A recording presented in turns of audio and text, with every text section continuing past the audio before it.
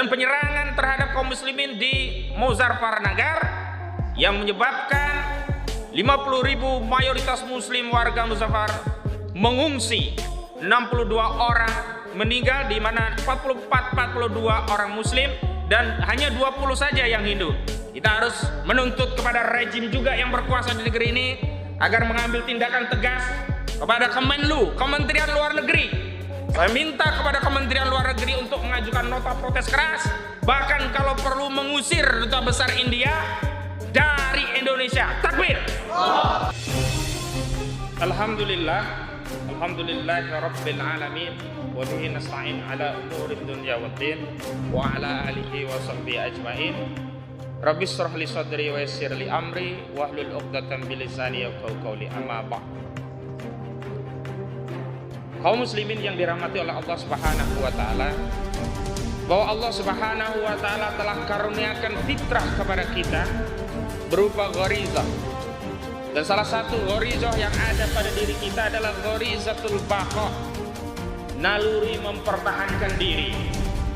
Yang diantara perwujudan dari naluri mempertahankan diri itu adalah kita pasti tidak ridho, merasa tidak akan tentram jika diri kita, keluarga kita, anak istri kita dihinakan oleh orang lain. Apalagi selain gharizatul baqa, kita juga memiliki gharizatul tadayun, naluri beragama.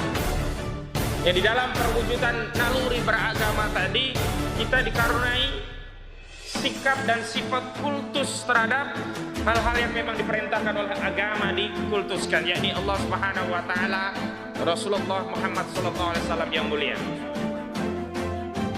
Dan hari ini kita diuji sifat fitrah kita sebagai manusia, sekaligus diuji sikap kita sebagai seorang mukmin yang beriman bahwa Allah Subhanahu wa taala yang menciptakan alam semesta, Allah Subhanahu wa taala yang menciptakan manusia, Allah Subhanahu wa taala yang menciptakan kehidupan ini.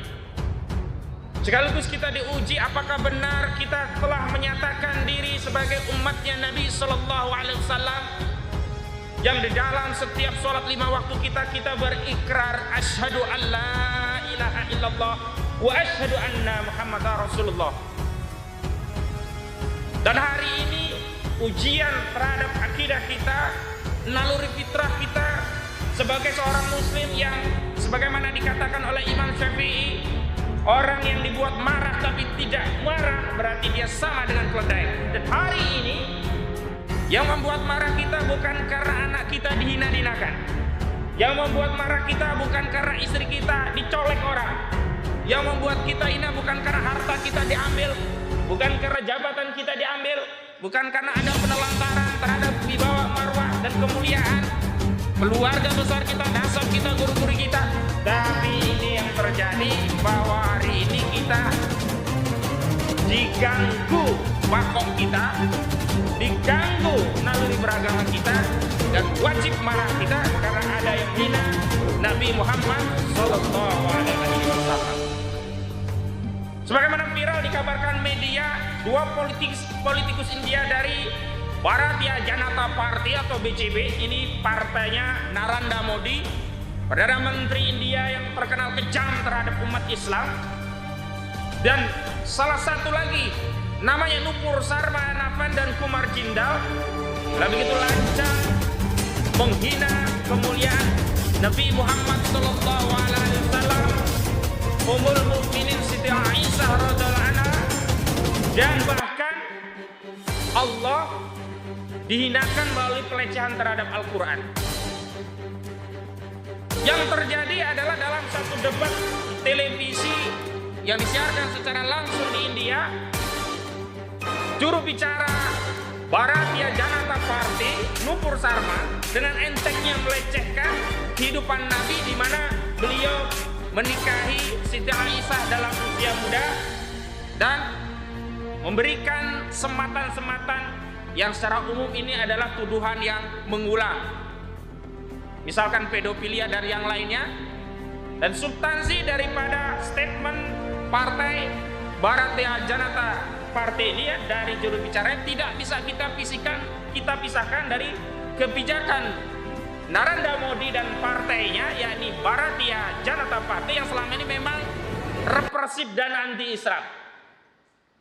Meskipun partai telah memberikan satu sanksi yang sifatnya juga sangat tidak layak, hanya diskorsing sementara, kita umat Islam tentu tidak terima dengan sanksi-sanksi yang demikian.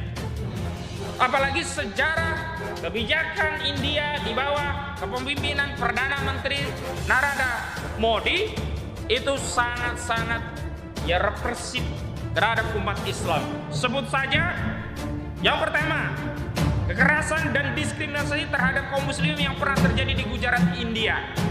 Kekerasan yang berlandaskan sentimen anti-Islam ini pecah di Gujarat pada 27 Februari hingga 1 Maret 2022. Modi saat itu berkuasa belum mendapat PM seperti sekarang, tetapi ini merupakan kebijakan dari partainya yang menyebabkan paling tidak 1.044 orang meninggal dunia, 223 menghilang, dan 2.500 lainnya terluka, dan mayoritas korbannya adalah umat Islam. Takbir. Yang kedua, kerusuhan dan penyerangan terhadap kaum muslimin di Muzaffarnagar yang menyebabkan 50.000 mayoritas muslim warga Muzaffar mengungsi, 62 orang meninggal, di mana 42 orang muslim dan hanya 20 saja yang Hindu. Yang ketiga, penyerangan terhadap kaum muslimin di New Delhi. Kasus itu terjadi pada saat Islamofobia begitu kuat menerpa pemerintahan Narendra Modi, dan saat itu terjadi diskriminasi kewarganegaraan terhadap umat Islam, di mana amandemen undang-undang baru tentang kewarganegaraan India tidak mengakui beberapa eksodus warga muslim untuk menjadi warga negara India dan mendapatkan hak-hak sebagai warga negara secara baik. Dan yang keempat, yang belum lama adalah tindakan represif dan diskriminatif terhadap muslimah di India yang tidak boleh mempergunakan jilbab saat menuntut studi atau saat belajar kuliah di universitas di India.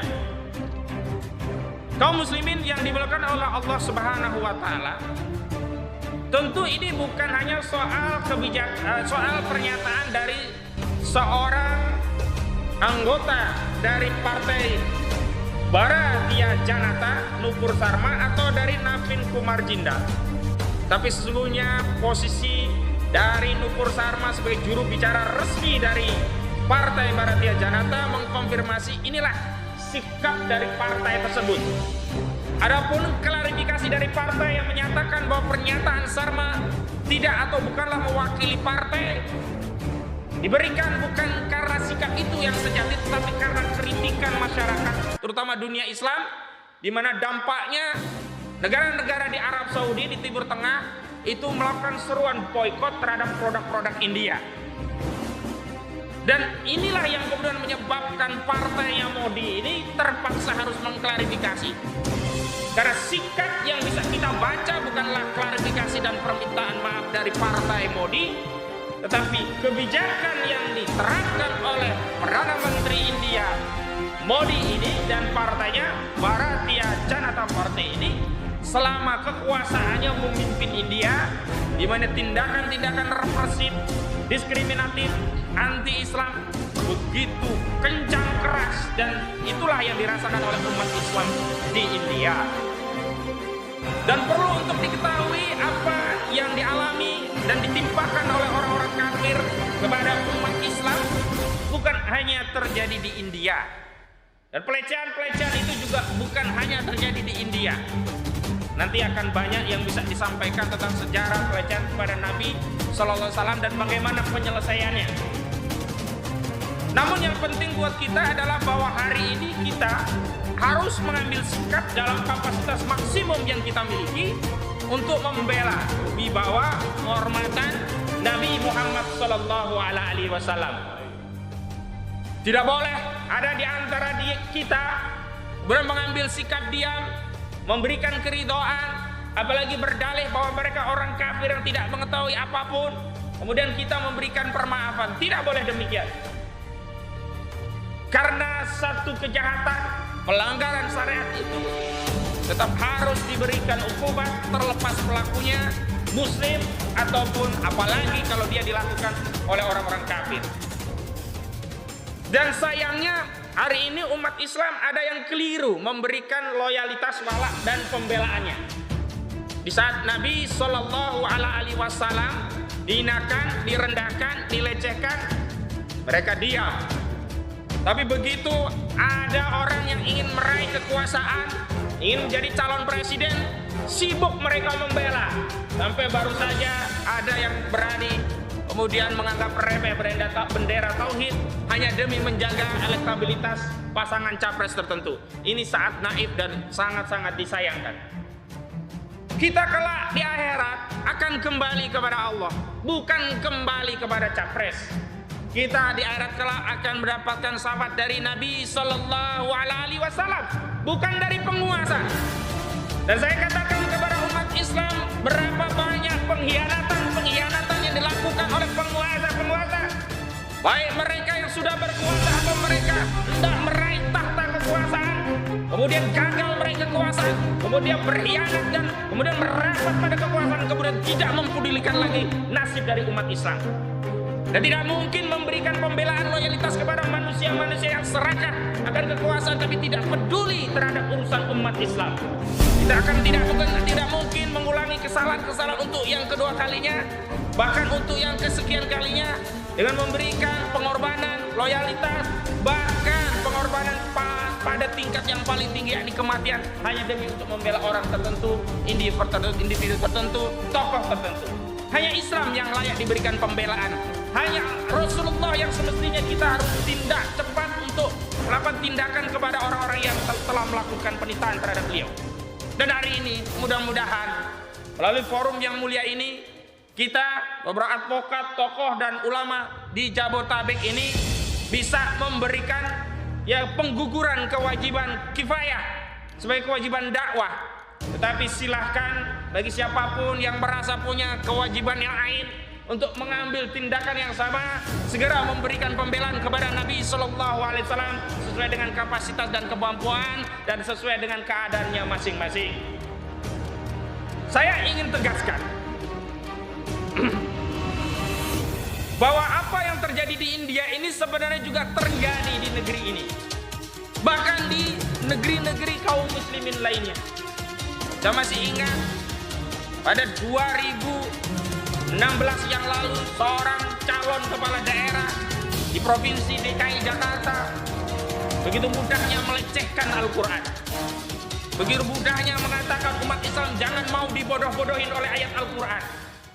Padahal umat Islam itu hanya akan selamat kalau dia mengikuti ayat-ayat Al-Quran. Takbir.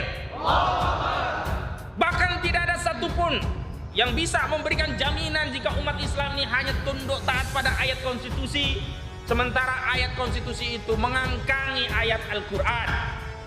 Dan bahkan hari ini begitu kencangnya narasi hororisasi dan kriminalisasi terhadap ajaran Islam khilafah yang dihembuskan oleh rezim dengan tujuan agar umat ini menjauh dari khilafah, umat ini takut pada ajaran Islam, dan umat ini tidak mengambil bagian yang penting dalam rangka berjuang untuk menegakkan kewajiban yang agung, di mana banyaknya kewajiban-kewajiban lain itu tidak bisa ditunaikan kecuali dengan tegaknya kewajiban agung ini, yakni tegaknya Al-Khalifah Ar-Rashidah. Takbir. Dan saya ingin tegaskan bahwa persoalan pelecehan kepada Nabi Sallallahu Alaihi Wasallam, pelecehan kepada Ummul Mukminin Siti Aisyah, pelecehan kepada Al-Quran, pelecehan kepada syiar-syiar Islam, pelecehan terhadap simbol dan ajaran Islam ini tidak akan tuntas dan sempurna kecuali kaum muslimin memiliki apa? Khilafah. Coba lihat apa yang dilakukan oleh pemimpin-pemimpin antek yang ada di negeri-negeri kaum muslimin. Mereka tidak melakukan apapun, bahkan hanya mengerahkan satu tentara pun tidak, apalagi satu peluru. Mereka hanya sibuk berkoar-koar boikot yang padahal boikot itu hanya bisa dilakukan oleh individu. Lalu apa tugas negara kalau hanya dia bisa ikut boikot seperti individu?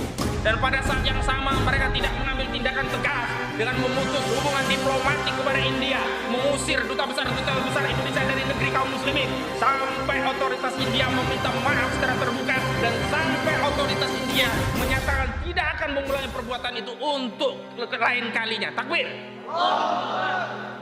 Karena itu memang kita butuh persatuan umat ini untuk melawan dengan cara berdakwah, menyuarakan pembelaan kita kepada Nabi Sallallahu Alaihi Wasallam, dan juga menyerukan boikot terhadap produk-produk India, terhadap barang dan jasa India, terhadap seluruh aktivitas transaksi, termasuk tetapi tidak terbatas pada transaksi bekerja dengan otoritas India atau transaksi berkunjung baik wisata atau urusan lainnya ke India. Dan ini adalah kewenangan kita sebagai individu dan bisa kita lakukan dengan kemampuan kita. Namun pada saat yang sama, kita harus menuntut kepada rejim juga yang berkuasa di negeri ini agar mengambil tindakan tegas kepada Kemenlu, Kementerian Luar Negeri. Saya minta kepada Kementerian Luar Negeri untuk mengajukan nota protes keras, bahkan kalau perlu mengusir duta besar India dari Indonesia. Takbir. Dan tentu saja yang paling penting adalah saya mengingatkan kepada kita semua untuk jangan melupakan, dan inilah kunci pembelaan kita sebenarnya, yaitu untuk menegakkan khilafah. Karena hanya dengan khilafah umat Islam bisa memberikan junnah perlindungan yang maksimal kepada kemuliaan Nabi Sallallahu Alaihi Wasallam.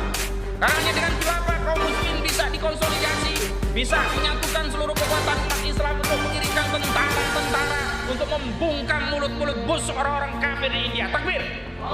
Karena hanya dengan khilafah Modi tidak akan mengulangi lagi berbagai tindakan rasisnya terhadap umat Islam, termasuk terhadap kebijakan partainya yang selama ini memang rasis dan anti-Islam. Dan karena itulah saya mengajak kepada kita semua untuk tetap istiqomah di jalan dakwah, untuk menyerahkan seluruh urusan kita, waktu, tenaga, pikiran, bahkan kita wakafkan seluruh keluarga kita untuk perjuangan yang agung ini, perjuangan untuk menegakkan khilafah. Takbir. Karena sungguh kita ingin berkumpul dengan keluarga-keluarga kita di surganya Allah. Karena sungguh kita ingin bertemu dengan Rasulullah SAW sekala di hari kiamat. Karena sungguh kita ingin diberikan air dari telaganya Nabi SAW. Karena sungguh kita ingin dikumpulkan di jannahnya Allah Subhanahu Wa Taala bersama Nabi SAW. Karena itu tidak mungkin tidak kita bisa mencapai itu kecuali kita berjuang menegakkan hukum Allah, sehingga tidak ada lagi kedaulatan di muka bumi ini kecuali kedaulatan Allah Subhanahu Wa Taala. Takbir. Karena itu jangan pernah melemah, jangan pernah merasa takut, jangan pernah merasa gentar bahwa semuanya yang takut itu adalah orang-orang kafir, karena mereka tahu di dunia mereka salah dan mereka akan ketemu dengan kesalahan itu, dengan balasan atas kezalimannya itu. Yang harusnya takut orang-orang munafik yang selama ini selalu membuat bala terhadap umat Islam. Mereka lah yang semestinya takut, mereka yang korupsi, mereka yang menjual aset-aset bangsa ini, mereka yang teriak-teriak anti Pancasila dan seterusnya. Itulah yang mereka ketakutan karena mereka tahu berada dalam kesalahan. Sementara kita berada di jalur perjuangan yang menegakkan hukum Allah, yang jelas-jelas kita yakin, seyakin-yakinnya akan menghadap Allah Subhanahu Wa Taala. Maka tidak ada alasan bagi kita untuk gentar, apalagi mundur. Tidak ada pilihan dalam perjuangan penegakan khilafah ini kecuali kita tetap melangkah, tetap istiqomah, dan semata-mata hanya meminta pertolongan dan perlindungan Allah Subhanahu Wa Taala. Takbir.